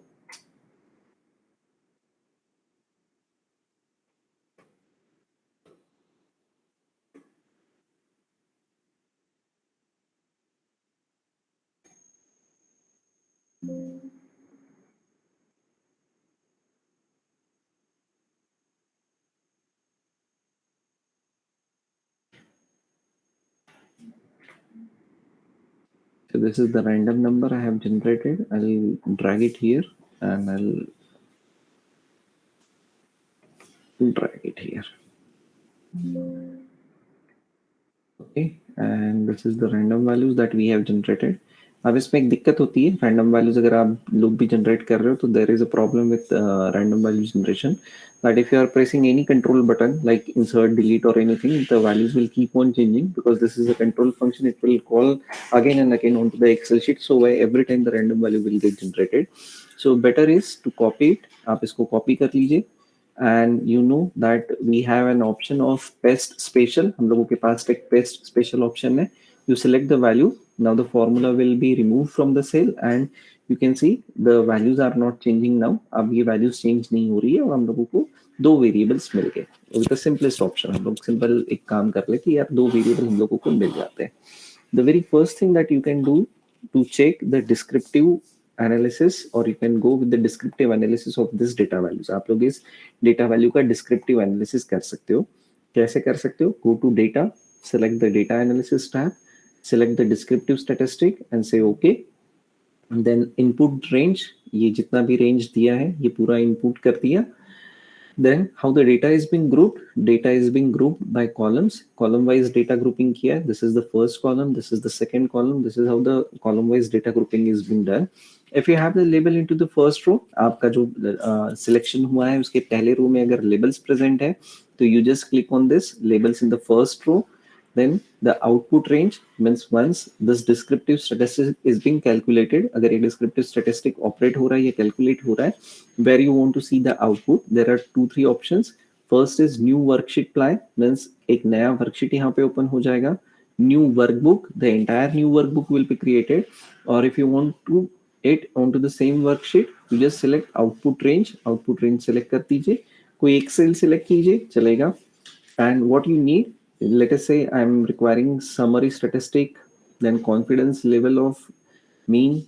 kth smallest kth largest and then say okay what you will be getting a simple option simple output rather not an option so this is the simple output that we will be getting so what we are getting this different parameters in all we are getting 16 parameters of the observation ये जो भी observation हम लोगों के पास है इस observation के ये 16 पैरामीटर्स हम लोगों को मिल जाते हैं so now what the 16 parameters are the 16 parameters are arithmetic mean ये पहला है arithmetic mean second is standard error कैसे आता है तो standard error is standard deviation upon under root of number of observation ठीक है अगर मेरे पास ये है total number of observation okay let us see whether we are onto the right track or not as per the statistics formula so this is the square root of so sqrt square root of then standard deviation stdev sorry not square root just a second stdev standard deviation of all these values upon SQRT of number of observations ये कितने number of observations है तो ये number of observation हमारे पास है I guess 15 तो यहाँ पे आएगा हम लोगों के पास 15 तो STDEV standard deviation of all these values upon SQRT of 15 so this is how the standard error is going to calculate मतलब ये एक थोड़ा सा ब्रूट तरीका हो गया स्टैंडर्ड एरर कैलकुलेट करने का लेकिन स्टैटिस्टिक में फॉर्मूला यही है that standard error is nothing but the total standard deviation of the given set of observation upon under root of or square root of the number of observations that we are having तो यहाँ पे mean मिलता है standard deviation मिलता है median मिलता है mode मिलता है then standard deviation is there sample variance is there variance है तो यार स्टैंडर्ड डेविएशन का स्क्वायर कर दो तो variance मिल जाता है क्यूर्टोसिस है स्क्यूनेस है अब ये दो वैल्यू से क्या पता चल सकेगा? तो ये दो वैल्यू से सिंपल पता चल सकता है कि आपका नॉर्मली डिस्ट्रीब्यूटेड सैंपल है या नहीं है। तो skewness if it is zero, अगर स्क्यूनेस जीरो है तो आप बता सकते हो, और if it is closer to zero आप बता सकते हो कि आपका जो डिस्ट्रीब्यूशन है ये नॉर्मली डिस्ट्रीब्यूटेड है या नहीं है। रेंज पता कर सकते हो, रेंज से क्या होगा, मिनिमम माइनस मैक्सिमम, मतलब जो भी आपका सेट ऑफ ऑब्जर्वेशन में मिनिमम वैल्यू है वो, मैक्सिमम वैल्यू है वो, इन दोनों का डिफरेंस अगर आप लोगे तो दैट इज द रेंज। फिर सम क्या है, काउंट क्या है, केथ लार्जेस्ट, केथ लार्जेस्ट मतलब सबसे लार्जेस्ट वैल्यू कौन सी है वो, और वो कितनी है, मतलब एक है, दो है, चार है, वो कितनी होगी वो भी बता सकते हैं। केथ स्मॉलेस्ट वो भी बता सकते हैं। द कॉन्फिडेंस इंटरवल 95%, अगर मीन वैल्यू है और नॉर्मली डिस्ट्रीब्यूटेड सैंपल अगर मैं लेता हूँ तो कॉन्फिडेंस इंटरवल 95% में क्रिटिकल वैल्यू क्या आती है ये आप लोगों को पता चल सकता है। So this is the very simple analysis that we can do with Excel में हम लोग एक सिंपल एनालिसिस जो कर सकते हैं, this is the descriptive analysis. ये एक सिंपल सा डिस्क्रिप्टिव एनालिसिस है जो हम लोग परफॉर्म कर सकते हैं। कैसे करना है? तो सिंपल है, डेटा एनालिसिस टैब में जाना है, डिस्क्रिप्टिव स्टैटिस्टिक सेलेक्ट करना है and then select the range. आप लोग रेंज सेलेक्ट कर दीजिए and you just see what you want to, आपको क्या क्या चाहिए वो आप यहाँ पे बताइए, और आपका आउटपुट कहाँ चाहिए वो भी आपको बताना है। And then this is how you can get the descriptive statistic. Okay, I'll delete this, मैं इसको delete कर देता हूँ। Okay, before I go ahead or before we go ahead, if you have any question with respect to this, you can please ask. आपके पास अगर कोई सवाल होगा तो प्लीज पूछिए।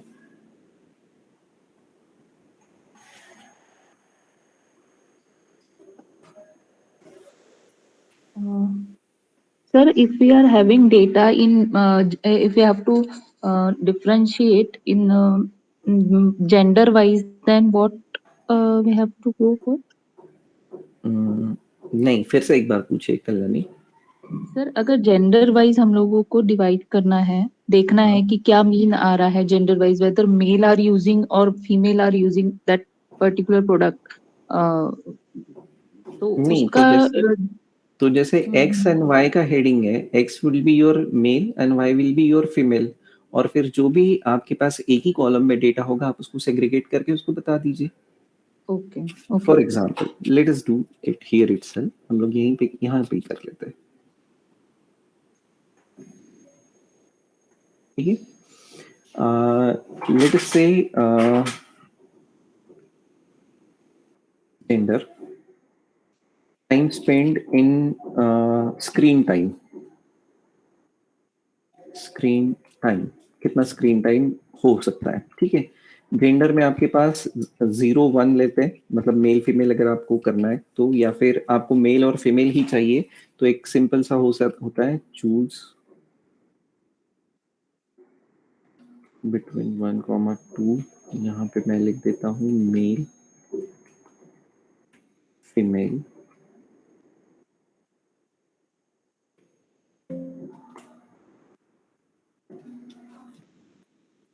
ठीक है, और स्क्रीन टाइम यहाँ पे हम लोग रैंड वैल्यू ले लेते हैं और इसको 10 से मल्टीप्लाई कर लेते हैं। यार इतने आवर्स हम लोगों के पास हो सकते हैं, लेट अस से दैट। ठीक है, ये हम लोगों ने 122 लोगों का डेटा ले लिया। Since we don't want the data to be change, just give me a second, just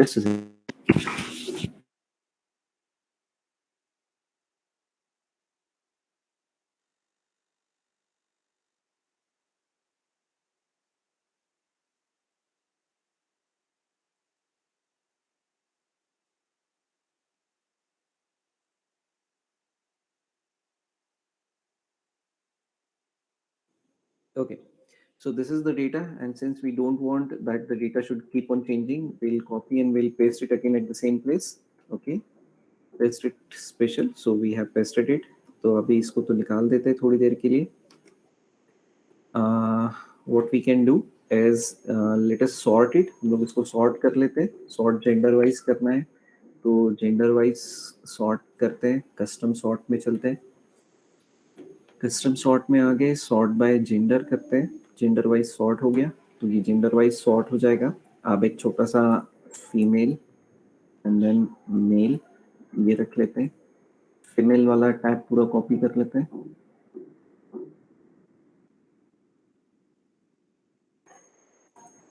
ठीक है, तो ये फीमेल वैल्यूज आ गई। And then let us copy the male tab. This is the value that we are having, ये यहाँ पे copy हो गया। ठीक है, now let us select this thing. ठीक है, ये पूरा सिलेक्ट कर लिया। go to data analysis, perform the descriptive analysis and now select the range select कर लेते हैं। this is the range that we are having। ये even odd रहेगा तब भी चलेगा, इसमें कोई ज्यादा डिफरेंस नहीं होगा या it won't ask you anything। Output range भी सिलेक्ट कर लेते हैं। Let us select the output range. Let me put this as a part of output range and then say okay. so this is how the complete data values are appearing।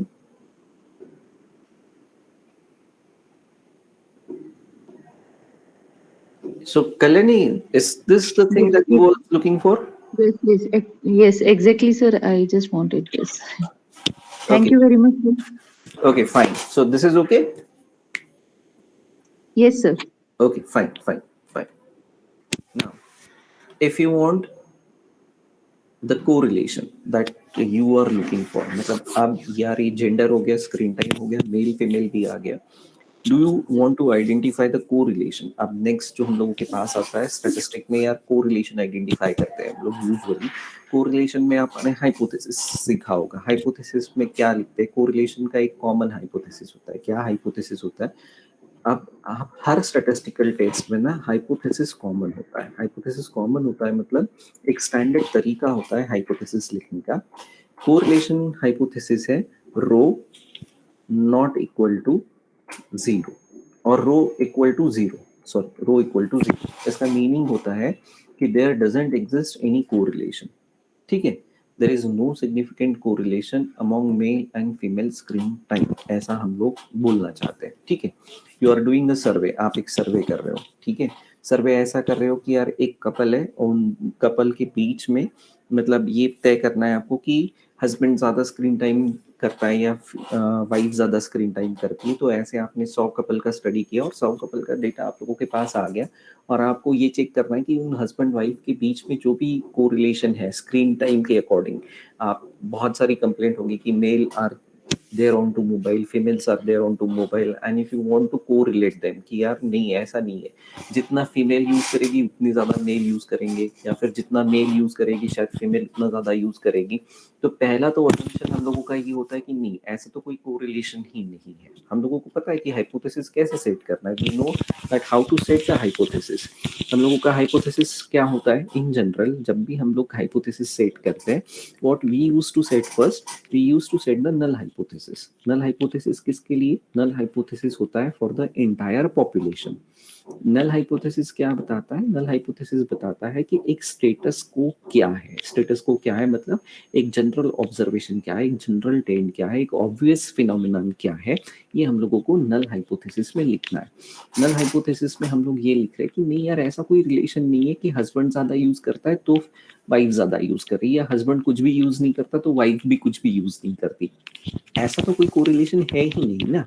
तो इसलिए हम लोग ये बोल रहे हैं in terms of hypothesis, in terms of generalization, कि looking for the entire population we can say no, there is no such relation of screen time of use among husband and wife। तो इस वजह से हम लोगों का correlation जब भी हम लोग हाइपोथेसिस लिखेंगे, if we are putting it into the statistical term, the hypothesis will be like this only. इसके अलावा दूसरा कोई हाइपोथेसिस कोरिलेशन का नहीं हो सकता। ठीक है, this is how I am writing it into the statistical term. ये स्टैटिस्टिकल टर्म में लिखा हुआ है। इंग्लिश टर्म में आपका नैरेटिव जो भी आपको लिखना है वो आप लिख सकते हो, but when it comes to the statistical term that there exists no correlation, when it says zero correlation coefficient अगर जीरो आ गया तो इसका मीनिंग है कि नहीं भाई इनके बीच में कोई रिलेशनशिप नहीं है। कि ऐसा नहीं है कि हस्बैंड ज्यादा यूज कर रहे हैं तो वाइफ भी ज्यादा यूज कर रही है। हो सकता है कि हस्बैंड कुछ भी नहीं यूज कर रहा है, वाइफ बहुत ज्यादा यूज कर रही है, या हस्बैंड ऑल टाइम मोबाइल के साथ है और वाइफ बेचारी घर में किचन में ही बैठी हुई है, उसका स्क्रीन टाइम जीरो हो सकता है। So there is no such correlation among male and female screen time. ठीक है, now if you want to check करना है तो इसको कैसे चेक करेंगे? We can go with to the data analysis tab. आप डेटा एनालिसिस टैब में जाइए, गो विद द कोरिलेशन पे चलिए, इनपुट रेंज आप बता दीजिए। The only thing that you need to have it here is that it should be common। मतलब वो दोनों कॉमन रहे मतलब same number of sample size होना चाहिए, बिकॉज कॉज एंड इफेक्ट निकालना है या फिर डिपेंडेंट इंडिपेंडेंट वेरिएबल निकालना है तो कोरिलेशन का रिक्वायरमेंट यही होगा कि you should have the same amount of sample into each group, मतलब जो भी ग्रुप के बीच में आप लोग लेना चाहते हो, then you can go with this. तो कॉलम है, लेबल से फर्स्ट रो में, आउटपुट रेंज हम लोगों को यहीं पे चाहिए होगी, तो बता दीजिए कहाँ पे चाहिए, you just mention that where you are looking for the output. हमने यहाँ पे रख दिया है output and you just say okay, आप ओके बोल दीजिए and you can find out that the correlation is -0.007, मतलब हम लोगों का अब कोरिलेशन जो आया है वो आया है -0.007। अब -0.007 आया है, ठीक है, which is as good as zero. मतलब अब ये एज गुड एज जीरो मुझे बोलना है तो मैं पहले ही बता दूं मेरा डिसीजन क्राइटेरिया क्या रह सकता है। Means what is my decision criteria, means -0.007 is approximately closer to zero, hence I can say that I cannot reject the null hypothesis। मैं null hypothesis को reject नहीं कर सकता, या फिर मैं बोलूंगा कि there is no such evidence, there is no such evidence of rejecting the null hypothesis। So this is how you can quote it। मतलब ये quote करने का तरीका ऐसे होगा कि no such statistical evidence have been observed to reject the null hypothesis, hence we can say that there is no correlation of screen time among husband and wife। ये आपका कंक्लूजन बाद में होगा। सो दिस इज द कोरिलेशन, मतलब ये भी हम लोग यहाँ पे कर सकते हैं by using the data analysis. Okay, this is a simple thing that we can notice. तो एक हम लोगों ने शुरुआत की डिस्क्रिप्टिव एनालिसिस के साथ। Now the second thing is a correlation. But when we are applying any statistical test, आप जो भी स्टैटिस्टिकल टेस्ट अप्लाई करना चाहते हो, you just make it sure that you are writing the proper hypothesis, you are framing the proper hypothesis। आपको लिंगे sir ने भी पढ़ाया होगा, मित्रे सर ने भी पढ़ाया होगा कि हाइपोथेसिस कैसे फ्रेम करने हैं या कैसे उसका यूज करना है। I am just extending that part along with the validation of the hypothesis. Hypothesis के वैलिडेशन के साथ में उसको थोड़ा सा एक्सटेंड कर रहा हूँ। तो ये इस तरह से हो सकता है that you can have a correlation, that correlation can be used in this way and how we can validate it. हम लोग उसको कैसे वैलिडेट कर सकते हैं, तो वैलिडेट करने का तरीका आपका इस तरीके से हो सकता है, right. So this is the correlation hypothesis. How we are going to check? We are going to check what we need to check. We need to check this correlation coefficient। इस correlation coefficient के behalf पे हम लोग बता रहे हैं कि हमारा hypothesis reject होता है या फिर we fail to reject the hypothesis। Perhaps you might have taught the same thing also, but we will not be saying accept the hypothesis। हम लोग हाइपोथेसिस को कभी नहीं कहते कि इसे एक्सेप्ट कीजिए। अल्टरनेट हाइपोथेसिस हम लोग कभी भी डिस्कस नहीं करेंगे। We will not be discussing the alternate hypothesis, we will be rather mentioning anything और everything about the null hypothesis, because what we are validating the null hypothesis itself. So any comment और anything shall must go with respect to the null hypothesis only। वो हमेशा null hypothesis के साथ ही जाएगा। तो इसीलिए हम लोग कहेंगे कि either we can reject the null hypothesis or we can say we fail to reject the null hypothesis। बस ये दो ही चीजें, इसके अलावा कुछ भी नहीं। means we will not be writing anything like that we are accepting the null hypothesis or we are accepting the alternate hypothesis। ऐसा हम लोग कहीं कुछ नहीं लिखेंगे, because that would be a wrong statement in terms of statistical evidence. मतलब वो statistical evidence point of view अगर मैं सोचूं तो शायद वो एक गलत स्टेटमेंट हो जाता है, इसलिए हम लोग ऐसा कुछ नहीं लिखेंगे। सो दिस इज द कोरिलेशन, ठीक है। सो इज दिस अंडरस्टूड और you need more explanation on this? No, sir. Okay, so now let us go with the next one, that is the regression। okay, now before we go with the regression हम लोग एक और add कर लेते हैं। let us add something more। हम लोग पहले अनोवा कर लेंगे, ठीक है। let us do the ANOVA first। Female, male and child, घर में बच्चा भी है अपने, ठीक है। सन, यहाँ पे भी हम लोग एक काम कर लेते हैं, थोड़ा इसको बड़ा कर लेते हैं और से।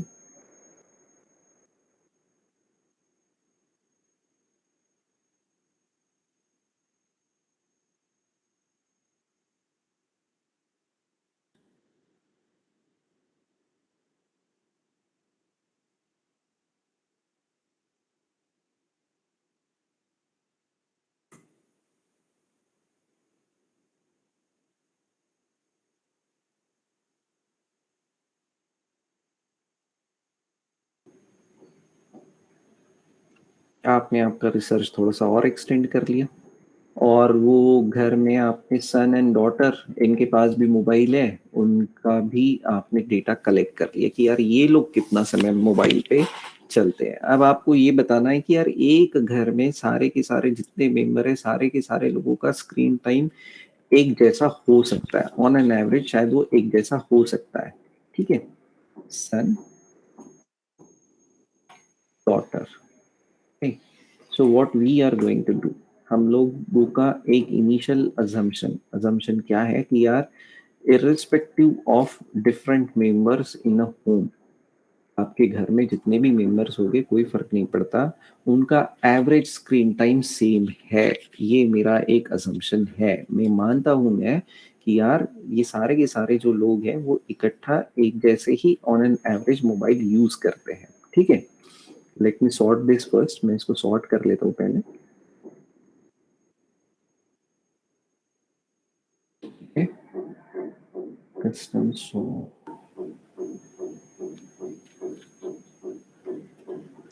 Okay, so all daughter values are coming up.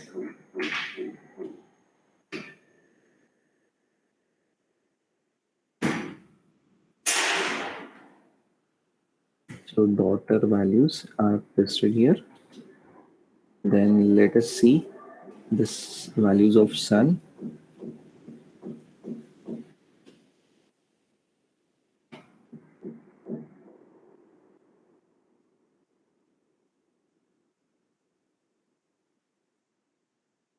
This is the value for son.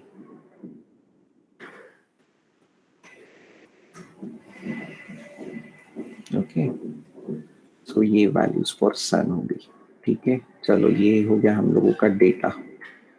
We have got the entire data and that we have copied and we have segregated it. हम लोगों ने इसको segregate भी कर लिया, ठीक है। अब मेरा अजम्पशन क्या है, मेरा एक हाइपोथेसिस बना लिया मैंने। हाइपोथेसिस क्या बना लिया कि यार घर में इर्रिस्पेक्टिव ऑफ मेंबर मतलब घर में कितने भी बच्चे हो या कितने भी लोग क्यों ना हो, इन सारे लोगों का स्क्रीन टाइम एक जैसा ही है। ये मेरा अजम्पशन है। अगर ये मेरा अजम्पशन है तो मैं इसको चेक कैसे करूंगा, तो इसको अगर मुझे चेक करना होगा तो I can go with ANOVA. मैं अनोवा काम करूंगा या अनोवा यूज करूंगा। ANOVA is analysis of variance. Analysis of variance कब यूज करते हैं, जब आपके पास दो से ज्यादा ग्रुप है, मतलब फीमेल एक ग्रुप, मेल एक ग्रुप, सन एक ग्रुप, डॉटर का एक ग्रुप है। दो से ज्यादा ग्रुप अगर आपके पास है and you want to check the variation among the group, मतलब इस ग्रुप के अंदर वेरिएशंस कितने हो सकते हैं, ये आपको अगर चेक करना है तो you can go with ANOVA. T test और अनोवा का डिफरेंस ये आप लोगों को पढ़ाया गया होगा। You can use t test if you are dealing with the variation among the two groups only, and if more than two groups are there then you can deal with ANOVA. आप लोग उस variation को फिर deal कर सकते हो इन terms of ANOVA. तो आपके पास यहाँ पे चार ग्रुप्स है, one is like female, male, son and daughter, and my assumption is that the average screen time for male, female, son and daughter means husband, wife, female भी नहीं लिखते यहाँ पे, wife कर लेते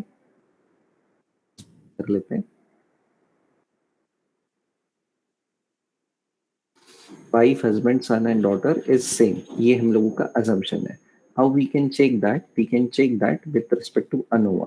यहाँ पे hypothesis क्या रहेगा? Hypothesis ये रहेगा कि average of wife is equal to husband is equal to son is equal to daughter। The average screen time that they are having is same।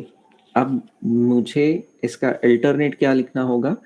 Alternate ये होगा that the average screen time of wife, husband, son and daughter is not same। How we can check that? हम लोग इसको check कैसे करेंगे?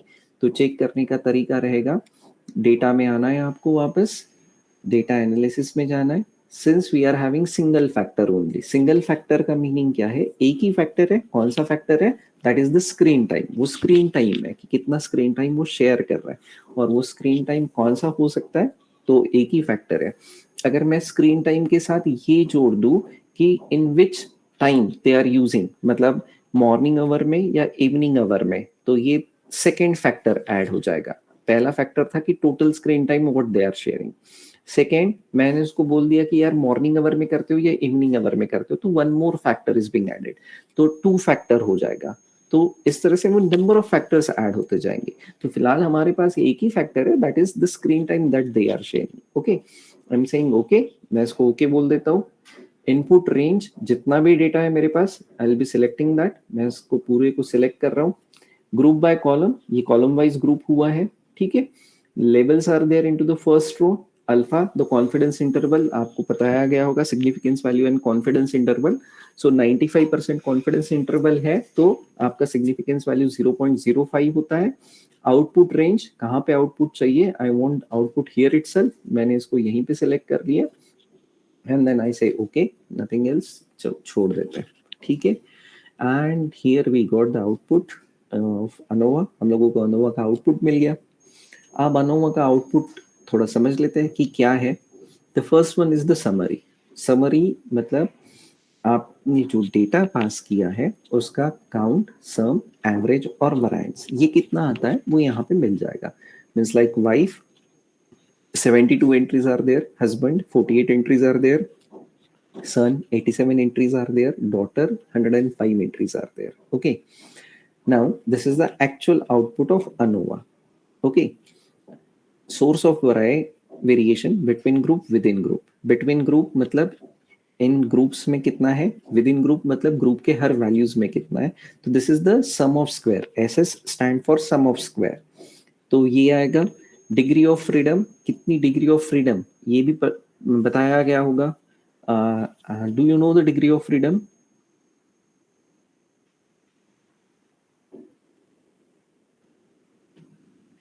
Okay, no answer means you know it. Fine, चलो अच्छा है. So this is the degree of freedom. Degree of freedom मतलब कितने ग्रुप्स आपके पास हो गए, -1. विद इन ग्रुप में अगर आप जा रहे हो तो total data values -1, so this is 308. तो ऐसी कुल मिला के वैल्यूज कितनी है हमारे पास, तो कुल मिला के हमारे पास वैल्यू है 311. ठीक है. अब ये टेबल समझना बहुत ज्यादा आसान होता है, मतलब नोबडी कैन चीट यू और you won't cheat to anyone else. ठीक है. Sum of square divided by 3 is mean sum of square.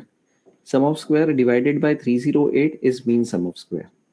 You divide this value by this value, you will get the f value, the f critical value. ठीक है. अब मुझे ये reject करना है या रिजेक्ट नहीं करना है हाइपोथेसिस, कि मैं कैसे डिसाइड करूंगा. There are 2 ways to decide it, मतलब 2 अलग तरीके से हम लोग इसको डिसाइड कर सकते हैं. ठीक है. First is p value. If p value is less than 0.05, ये जो p वैल्यू है, कैलकुलेटेड p वैल्यू, अगर ये लेस देन 0.05 है तो I can say I should reject the null hypothesis. If not, अगर ये नहीं है तो मैं कहूंगा कि I can not reject the null hypothesis, मैं नल हाइपोथेसिस को रिजेक्ट नहीं करूंगा. ठीक है. This is one way to check it. मतलब डिसीजन क्राइटेरिया अगर मुझे बताना है कि हाइपोथेसिस को रिजेक्ट करना है या हाइपोथेसिस को रिजेक्ट नहीं करना है, तो there are 2 ways to identify और there are 2 different checks to do that. First is check for the p value. If it is less than 0.05, then you can reject the null hypothesis. If not, then you fail to reject the null hypothesis. This is one way. If you are going to check it with respect to the p value, अगर मैं p value से इसको check करना चाहता हूँ तो. ठीक है. Second value is f observed and f critical. If f observed is greater than f critical, critical value है, इससे बड़ा है मतलब वो रिजेक्शन रीजन में जाता है फिर. ठीक है. अगर ये इससे बड़ा है और रिजेक्शन रीजन में जा रहा है, then only you can reject. Means अगर ये वैल्यू 3.37 होती which is greater than f critical value, तो मैं बोलता कि यार मैं इसको रिजेक्ट कर दूं. If not, then you fail to reject the null hypothesis. आप नल हाइपोथेसिस को रिजेक्ट नहीं कर सकते. ठीक है. You go with this also. If it is 0.05, क्योंकि सिग्निफिकेंस लेवल हम लोगों ने 0.05 रखा था, अगर वो उससे लेस है तो डेफिनेटली आप उसको रिजेक्ट करो. अगर नहीं है तो रिजेक्ट नहीं कर सकते. रिजेक्ट नहीं कर सकते मतलब मैं ये कहूंगा कि on an average the screen type of wife, husband, son and daughter almost same, मतलब वो सेम हो सकता है. ये मेरा अजम्पशन है जिसको मैं रिजेक्ट नहीं कर सकता, और वो रिजेक्ट नहीं हो रहा with respect to the ANOVA. ANOVA कब यूज कर रहे हैं, जब आपके पास 3 से ज्यादा ग्रुप है तो आप अनोवा यूज कर रहे हो. So this is how the ANOVA can be used. So there are several mini test, ऐसी बहुत सारी अलग अलग टेस्ट हैं जो आप लोगों को यहाँ पे डेटा एनालिसिस में मिल सकती है. You can use all those, आपके पास जो भी होगा आप सारी की सारी टेस्ट यहाँ पे यूज कर सकते होगे. ठीक है. If you have any question, because as per the time हम लोग शायद इसके आगे नहीं जाएंगे, क्योंकि आगे जाना है तो it require more discussion and it require the interactive kind of thing, but perhaps we don't have the interaction, it is a kind of monologue itself. तो इसलिए हम लोग यहाँ पे रुकते हैं. If you have any question please do ask me भाई.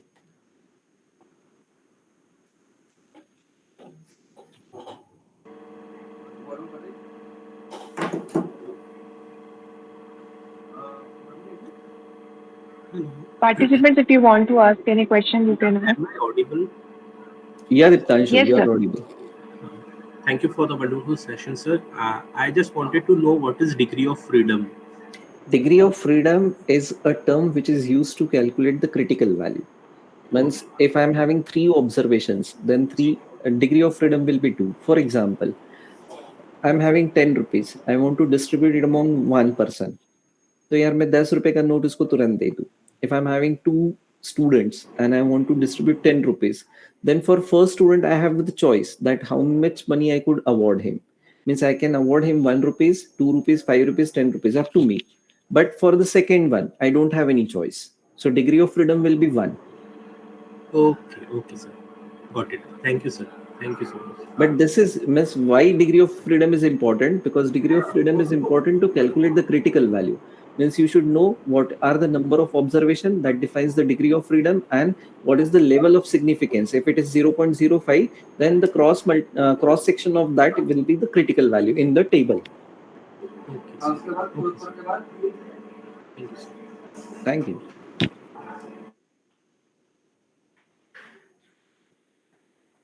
Anything else that we can have as a part of question, or any doubt or any declaration?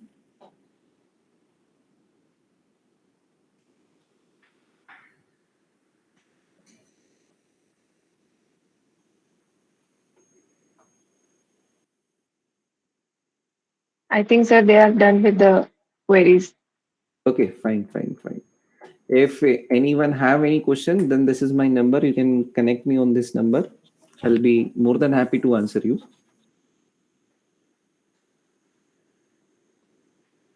This is my number if you want to note it down.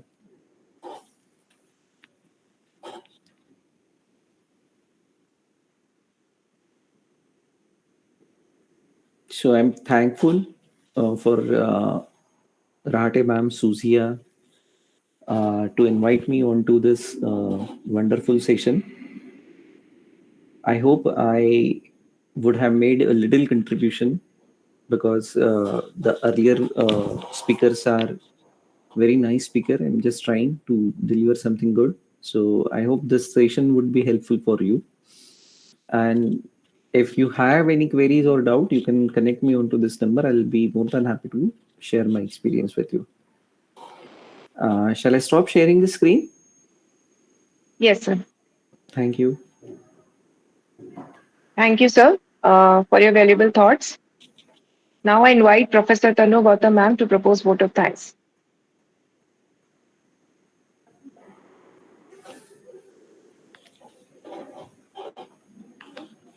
Thank you, Suzia ma'am. I'm audible. Yeah, ma'am. Good afternoon, one and all. Today I feel honored and privileged to have been allowed to extend a vote of thanks for today's session. On behalf of JIT PhD Research Center, I would like to extend my warm regards and heartiest congratulations to our eminent speaker, Dr. Rahul Mohare sir, for giving his precious time to us. As sir has enlightened the topic on data handling in Excel, descriptive statistics using Excel and Excel chart. I'm sure it would helpful to our participants to make a direction during PhD journey. I want to extend my gratitude to conveyor Dr. Swati Rahate ma'am, Head Research Center, GIT, for her continuous support in organizing the program. I would like to thank all participants of PhD coursework for being with us today. I feel proud and thank you for making today's session a successful one.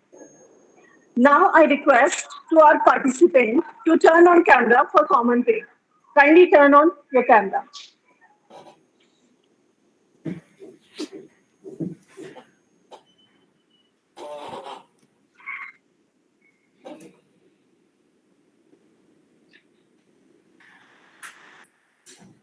Participants, kindly turn on your cameras.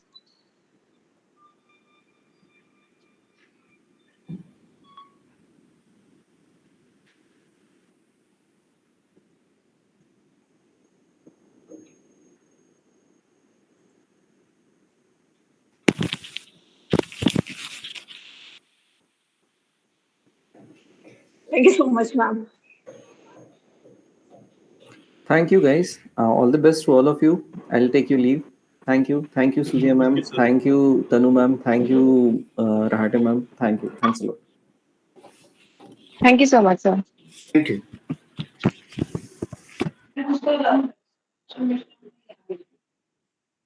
Participants, you can leave the session.